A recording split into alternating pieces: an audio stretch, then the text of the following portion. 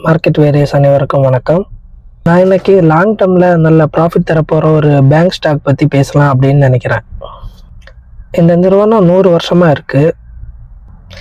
இதுவரைக்கும் இந்த நிறுவனத்து மேலே எந்த வழக்கோ இல்லைன்னா மோசடி புகாரோ எதுவுமே இல்லை. இது ஒரு மிட் கேப் நிறுவனம். இந்த நிறுவனம் வேறு ஒன்றும் இல்லை, கர்நாடகா பேங்க் தான்.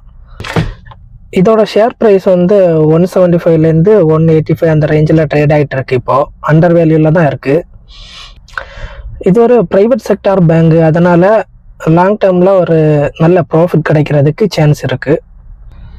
இந்த பேங்க் ரீட்டெயில், எம்எஸ்எம்இ, அக்ரிகல்ச்சர் செக்டாரில் எல்லாம் நல்ல க்ரோத் இருக்குது.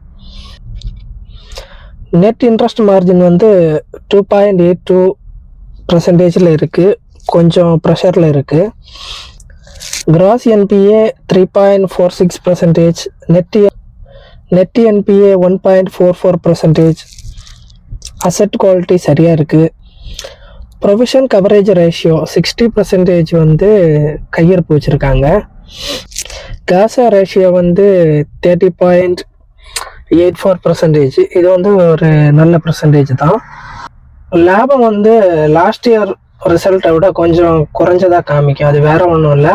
லாஸ்ட் இயரில் இவங்களுக்கு டேக்ஸ் ரிட்டர்ன் ஒரு 81 கோடி ரூபாய் டேக்ஸ் ரீஃபண்ட் கொடுத்துருக்காங்க. அதனால் இந்த வருஷம் ப்ராஃபிட்டு கம்மியாக காமிக்கும். அது பயப்படுறதுக்கு ஒன்றும் இல்லை.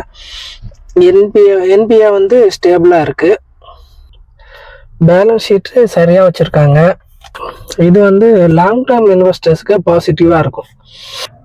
முக்கியமாக இந்த வரப்போகிற ரிசல்ட்டில் என்ஐ 3% மேலே போகுதான்னு பார்க்கணும். லோன் க்ரோத்து மேலே வரணும். Cross NBA 3% குறையணும். இது சரியாக நடந்துச்சுன்னா மார்க்கெட் ப்ரைஸ் மேலே போகிறதுக்கு நிறையவே சான்ஸ் இருக்குது.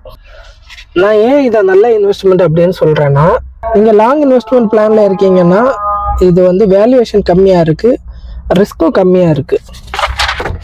பேலன்ஸ் ஷீட் சரியாக இருக்குது. மற்ற பேங்க்ஸ் கம்பேர் பண்ணுறப்ப என்பிஏ கண்ட்ரோலாக இருக்குது.